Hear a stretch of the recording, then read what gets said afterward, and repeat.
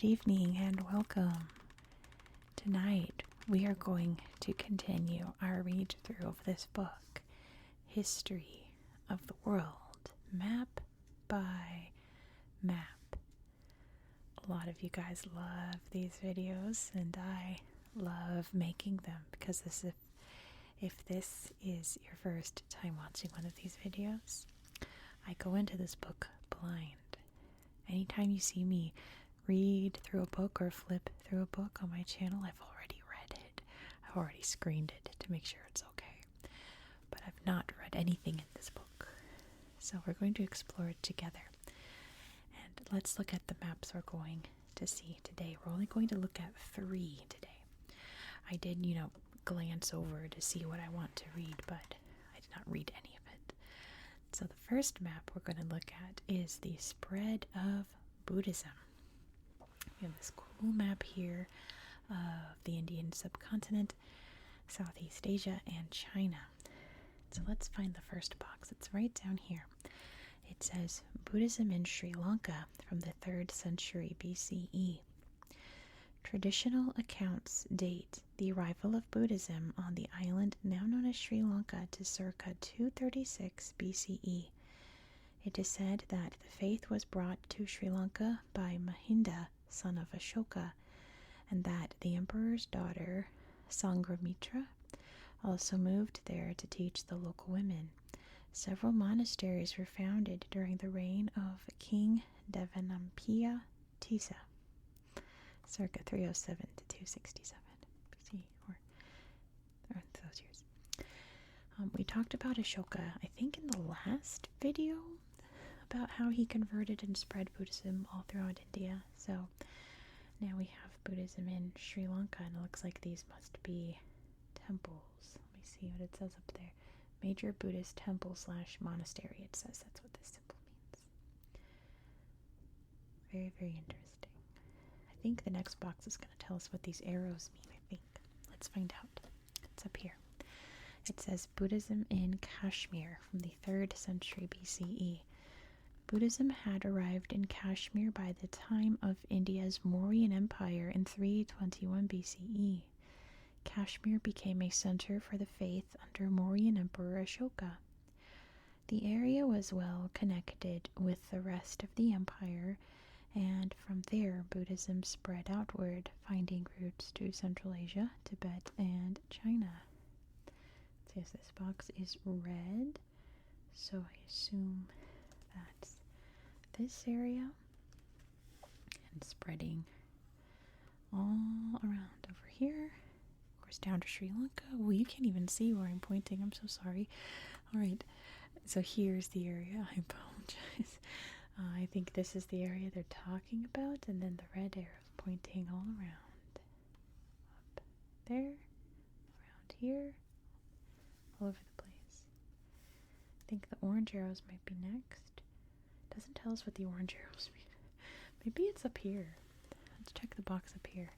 Yes, the red arrows is the spread of Buddhism, and the orange arrows is the spread of Mahayana Buddhism. Okay, the red is the Buddhist heartland. Interesting. You can see all the various little monasteries, and these red symbols, can you see? No. These red symbols are temples built during this time. You can see one up there. And up here in the mountains. That's not the mountains. The mountains are down here. Up in the desert. Alright, next box. This is already way too unhinged. Buddhism in China from the 1st century CE. Missionaries traveling on the Silk Road probably brought Buddhism to China, and translations of Buddhist writings were being made by 148 CE. These texts placed emphasis on meditation and wisdom, which appealed to a people used to philosophies such as Taoism and Confucianism. Buddhism also adopted the Taoist idea of the sacred mountain, a wild, lonely place conducive to quiet meditation. So any blue little mountains of the clouds is a sacred Buddhist mountain. You can see them up here.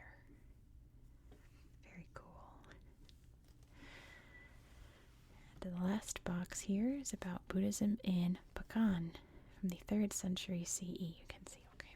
The first firm evidence of Buddhism in the region is an inscription from the 3rd century CE. From the 9th to the 13th century, the kingdom of Pagan occupied territory that is now known as Myanmar or Burma.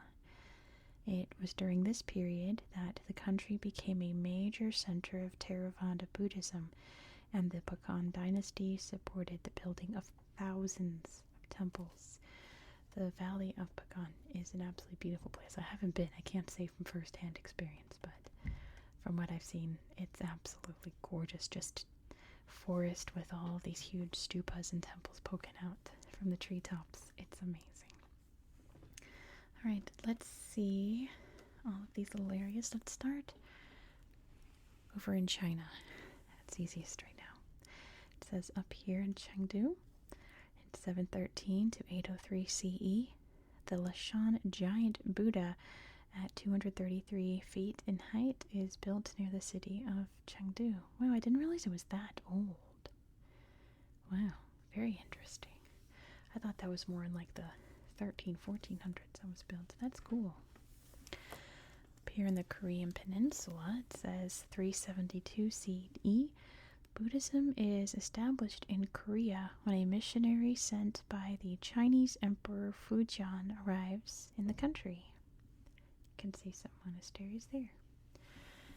Up here in the islands of Japan, it says circa 550 CE, Buddhism introduced to Japan. Over here in Datong, in the 5th and 6th century CE, Buddhist sculptors adorn the Yungang grottos near Datong with figures of bodhisattvas, or people who have achieved enlightenment. That sounds really pretty. Then we head further down. This dotted line is the Silk Road. So we're traveling down the road, and we're going to stop in Wuwei, there in the 1st century CE. The trading settlement of Wuwei on the Silk Road is a stopping point for Buddhist monks on the way into China. Many temples and grottos are built here. What else do we have? Let's head into the Buddhist heartland, if I can. It says here in Bodh Gaya, circa 528 BCE, the Buddha achieves the state of enlightenment, the foundation of Buddhism. And then over here in Sarnath, circa 528 BCE, the Buddha first preaches at Sarnath, which becomes a pilgrimage site and home to thousands of monks in the early centuries BCE. Yeah, they weren't kidding when they called this the Buddhist heartland. This is where it all began, isn't it? Let's head down to Sri Lanka. In the 3rd century BCE, the sacred city of Nuradhaputra is established. Up in Ellora, in circa 600 CE, the monastery temple caves at Ellora are begun. They are among the most spectacular Buddhist monuments in the world. Yeah, when I read Ellora, you couldn't tell, but my smile just grew, because the Ellora caves are absolutely gorgeous buildings, structures, religious centers. They're beautiful, beautiful, beautiful. And Ajanta is another beautiful Buddhist cave system. Let's read about it. 2nd century BCE, rock-cut structures are begun at Ajanta. They are used as Buddhist monasteries and halls of worship. And then up here in Banyan, in the 2nd century CE, you cannot see. I'm so sorry. I'm really trying. 2nd century CE, Buddhist monasteries are built at Banyan, Afghanistan. Colossal Buddha statues there are blown up by the Taliban in 2001. Very, very sad, because those statues were huge and really, really cool. They no longer exist. And there's a little thing over here I missed in Tibet. Circa 654 CE, Buddhism established in Tibet. It changed Tibet forever, my goodness. Anyway, I think I got all the little boxes, or little notes, I guess, on this map. Very, very interesting, isn't it? How quickly it spread. And for how many years even after it arrived that these beautiful temples and caves and things were built. How neat is that? Like hundreds and hundreds of years after it arrived. The next map we're going to look at is the rise of Christianity onto another religion, the other end of the Eastern Hemisphere. So here's our first box down here. It says Origins in Palestine, circa 30 to 50 CE. This map is so busy, oh my goodness. How am I going to read this? I guess we'll find out. According to the Acts of the Apostles, which is the 5th book of the New Testament, Jesus' persecuted followers dispersed from Palestine to set up Christian communities at such centers as Antioch. The faith seems to have spread slowly in the eastern Mediterranean until the work of missionaries such as St. Paul took it further afield. So Palestine, you can see, is right here, Palestine. I don't think there's any little markers here for us to look at. So let's go to the next box. It's down here at the bottom. St. Paul and the early Christian churches, circa 35 to 55 CE. St. Paul's 4 missionary journeys took him as far afield as Asia Minor, Greece, Rome, and possibly Spain. He founded churches as he went and encouraged his followers to start even more. Among the most famous of these first-century foundations were the 7 churches of Asia Minor, mentioned in the Bible's book of Revelation. So we've got some arrows down here for St. Paul's journeys. The first is a dark green arrow. Looks like he went... Where did he start? Oh my goodness. Looks like he went in a big loop. Going this way. Up to Antioch. This is very hard to read. Looks like going this way. Is this the... No. Okay. Going here. This is very hard to read. There's this one, but... I think that's him coming back. I can't tell. This is so hard. I'm guessing it's this one. To Ephesus. Very hard to tell. Alright, because the second one is almost the same kind of color. So it's probably, I think this is the second one right here. This is what happens when I don't proofread everything, right? I'm just like, I think this is it. The third one is the light green one. So I see it right here. Going around. Back to Tyre, it looks like. And the fourth is another green arrow that looks like this one. Maybe this one. All the way over, stopping at Malta, stopping at Sicily, heading up to Rome. I'm guessing. And then the 7 churches of Asia Minor. See if we can find them. There's 1, 2, 3, 4, 5, 6. Uh-oh. 1, 2, 3, 4, 5, 6, 7. Right there. Got it. Okay. Next we have the Coptic Church, circa 150 to 451 CE. A fragment of St. John's Gospel written in the Coptic language found in Upper Egypt shows that Christianity had arrived in the region by the mid-2nd century. Coptic theological views gradually diverged from those of other churches. This came to a head at the Council of Chalcedon in 451 CE when the Copts split away from the other Christian churches. I know the Coptic churches are down here, but I don't know if there's anything marking it on the map. So let's move on to number 4, Armenia, 301 to 484 CE. In the year 301, Armenia became the first country, it was outside the Roman Empire, to adopt Christianity as its state religion.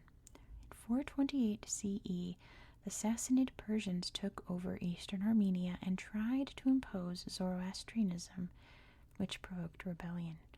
The Armenians waged a guerrilla war against this oppression, and eventually in 484 CE, the Persians agreed to a treaty granting them religious freedom. So let's see, Armenia's up here. It's Armenia.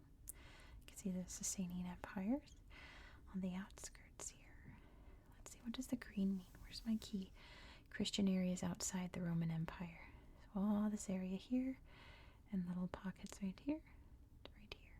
How interesting. Oh, and then a big pocket down here in Aksum. I wonder if there's a box about that. I don't know. But there's a little note on it, so we'll read that later. Next we have Constantine, 306 to 337 CE. In the early 4th century, the Emperor Constantine converted to Christianity. In the Edict of Milan in 313 CE, he gave the religion legal status, and in 325 he convened the Council of Nicaea, a meeting of church leaders to agree on key theological issues, such as the divinity of Jesus and the calculation of the date of Easter.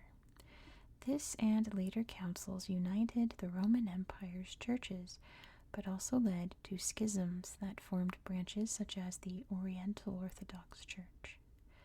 The church councils are marked by this little orange circle, so we have up in Constantinople, there's Chalcedon, Nicaea, and it looks like one here at Ephesus. Can't tell what that is, but I think it's just these ones. Next we have church organization circa 300 to 600 CE. The early church was organized in a similar way to the Roman Empire, with its leaders based in main cities. Patriarchs were the most senior bishops, followed by archbishops. 5 patriarchs claimed primacy, but it was the bishopric of Rome that gradually established authority over the churches in the Western Empire, although it never gained authority in the East. So Christian patriarchates by 600 CE are noted by these crosses in a circle, and you can see them over here in Europe. So let's slide to the left. Oh my goodness, I just dropped the book almost a little bit. There's Rome. Oh, down here looks like Alexandria and Jerusalem. All the rest I see are square crosses, which are Christian archbishoprics by 600, and there's like a million of them. There's so many, you can't even point them all out. But they're all over the place, even up here into Britain. And then other Christian churches by 600 are just these little crosses on hills, so you can see in Egypt, those are the Coptics, or the Copts. Here in the Middle East, or the Levant, I should say. Here, over here, Mesopotamia. There's one down here in Aksum, but I don't feel like sliding it down. But yeah, interesting. Over here in like Ostia. Very cool. Oh, look at all these along the Mediterranean North African coast. How cool. And then we have good old Ireland, 430 to 492 CE. Saint Patrick, a Roman British missionary, is said to have been the first person to bring Christianity to Ireland, probably in the early 5th century. According to tradition, he became the first bishop of Armagh. There were certainly Christians in Ireland by 430 CE, because in this year the Pope in Rome sent Paulinus to preach to the people there believing in Christ. So he didn't bring Christianity, but he definitely aggressively spread it, right? Let's start reading our little captions in Ireland then. In 457 CE, according to tradition, St. Patrick founds his main church at Armagh, up here. And then we have down in Londinium, in the 3rd century CE. There are some Christians in Britain in the Roman period, especially from the 3rd century onward. You can see little bishoprics there. We've got over here in Lugdunum, 177 CE, reports of persecution at Lugdunum, which is now Lyon, are the first evidence of Christian beliefs in Roman Gaul. Oh, cool. I mean, not cool for them, but cool that we have records that Christians were there at that time. In 177, that spread so far. And then we have in Toletum, in 1st century CE. Christianity probably reaches Spain. There are churches in cities such as Toledo, which is of course Toledo, by the late Roman period. North Africa, in the 2nd century CE, there are Christians in Carthage. The city is home to the influential Latin theologian Tertullian. Very cool. There's Carthage. Let's go to Greece, I guess, or Thrace, I suppose it was then. Circa 50 CE, Paul visits Thessalonica, which is Greece, and preaches at one of the city's synagogues. Oh yeah, because he was on his journey. Huh? Very cool. Here he is again, down here, in circa 50 CE. Paul visits Corinth for the first time. He returns to the city in 58 CE. On Crete in 60 CE, about Titus, one of Paul's many converts, becomes the first bishop of Crete. That's cool. Here at Ephesus, circa 52 to 54 CE, Paul lives in Ephesus. The port becomes a center for missionary activity. Let's go to Nicaea. 325 CE, the Council of Nicaea repudiates Arianism, a heresy that was gaining a substantial following, and produces the Nicene Creed. Interesting. For here in Antioch, circa 70 CE, Antioch becomes a major Christian center. It is here that adherents are first called Christians. No way. That's where the term Christian comes from. I did not know that. How interesting. It's fun because I grew up in a city called Antioch in California. So that's pretty neat. We pronounce it Antioch in California. We don't do T's. But how cool is that? Can I get Aksum in there? Oh goodness, how am I going to do this? Slide it up. There we go. I'm just going to hold it very precariously to show you Aksum. Circa 340 CE, King Azana of Aksum, which is now Ethiopia, is converted to Christianity by a Syrian Christian named Frumentius, called Abba Salama in Ethiopian literature. What was I reading about Frumentius? I wonder if that's what I was reading about, how they were like captured as a child from like up here somewhere, brought down here as a slave, and just, you know, as he grew, would convert the people around him to Christianity until he got to the emperor. Something like that. I think that's who I was reading about. Interesting story. Did I get all the little boxes? There's a statue of Constantine down here. I'm not going to bother. I just want to look at the map, you know. I think I got everything. What an interesting spread that is. Very, very cool. But let's go to our last religion. I'm actually going to skip a map, which don't hate me too hard. We're going to look at it next because I want to focus on religious maps, because there's another map in here about the ascent of Islam. So let's keep it holy tonight. 3 different big religions. So first we have Muhammad, the Hijra, and the conquest of Arabia from 610 to 632. Many of Muhammad's clan, the Quraysh, saw his rejection of the traditional Arab worship of many gods as a threat to their authority. In 622, he had to flee to Medina, an exodus known as the Hijra, which marks the traditional beginning of the Muslim era. A military as well as a religious leader, Muhammad made alliances and raised an army that took Mecca in 630. By the time of his death in 632 CE, he had conquered most of Arabia. And these red swords here are battles or captures from this time. So let's head down to the Arabian Peninsula. You see Mecca, and there's Medina. You can see big battles right there. Obviously big one in Mecca because he came back and took the city. Then we have, the boxes are right down there, Umar and the conquest of Syria and Egypt, 634 to 644. Under the second caliph, I feel like I'm missing one. We're moving on to the second caliph. Umar, who had been a companion of Muhammad, Muslim armies. What? Caliph Umar. Oh, under the second caliph Umar, Muslim armies achieved astonishing successes against the Byzantine army, which had been weakened by its long war with Persia. First, Damascus, the chief city of Syria, fell to the Muslims, and then they seized Jerusalem. They went on to subdue the Byzantine province of Egypt, where religious divisions among the Christian population undermined opposition to the Muslims. These purple swords are battles from this time.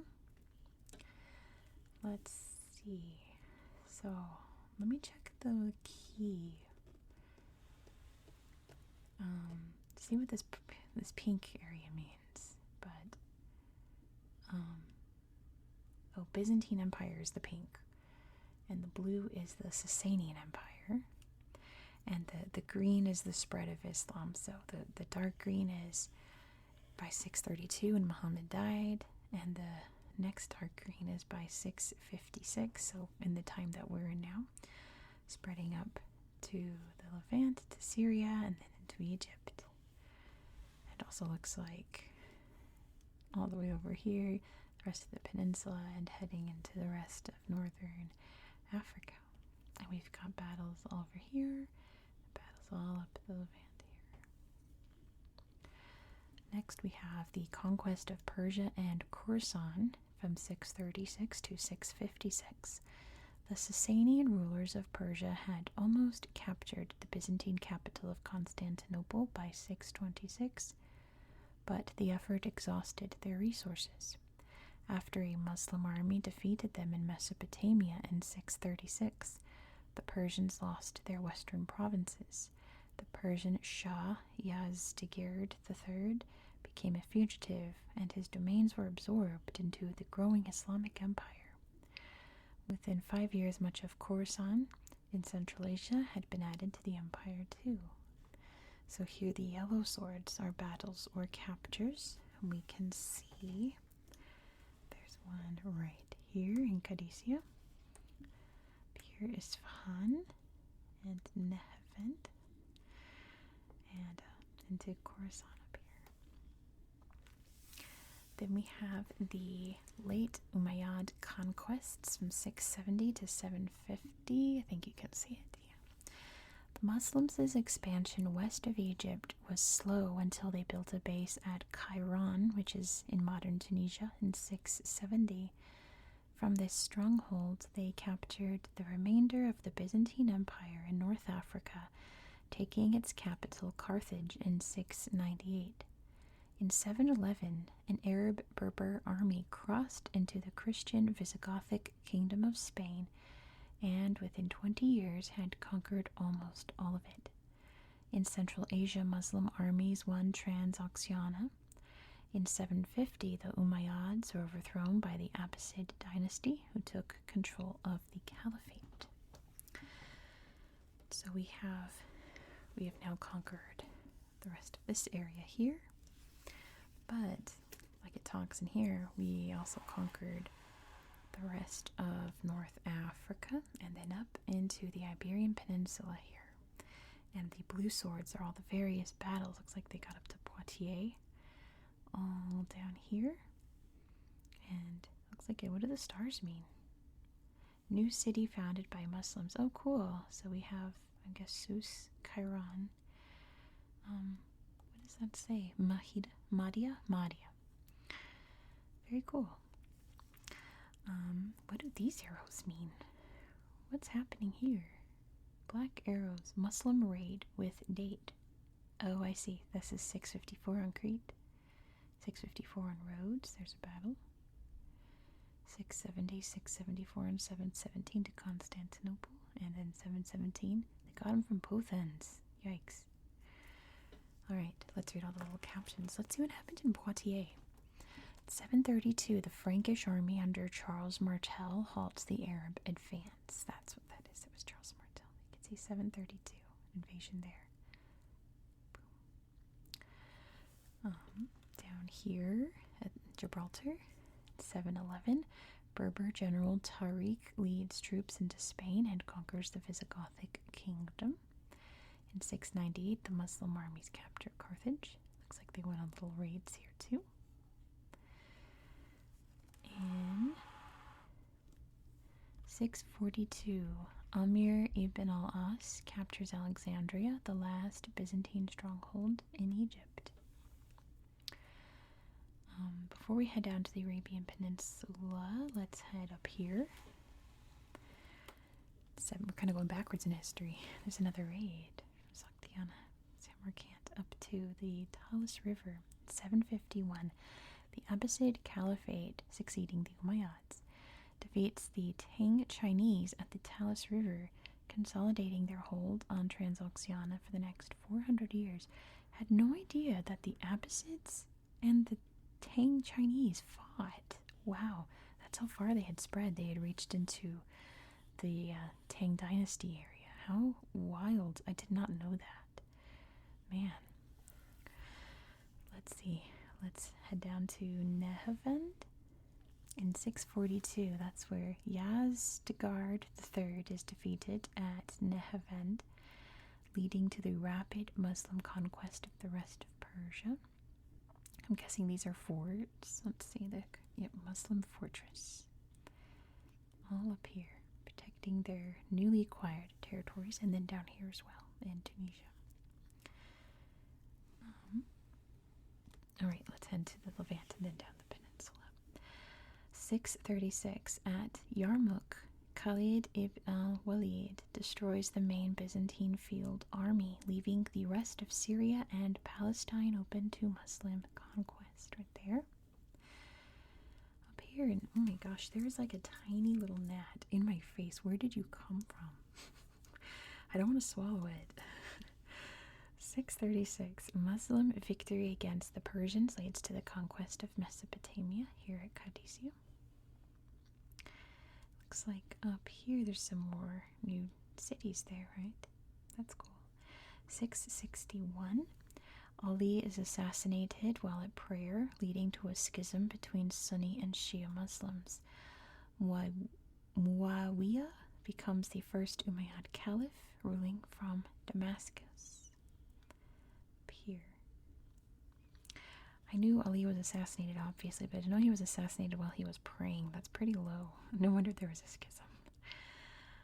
622. Muhammad and his principal followers are forced to flee to the oasis town of Yathrib, which is now known as Medina.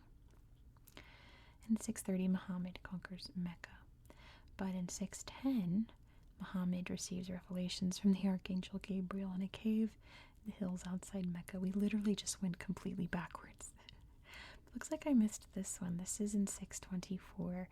The Muslim army defeats Meccan forces, beginning the process by which Muhammad conquers the whole of Arabia.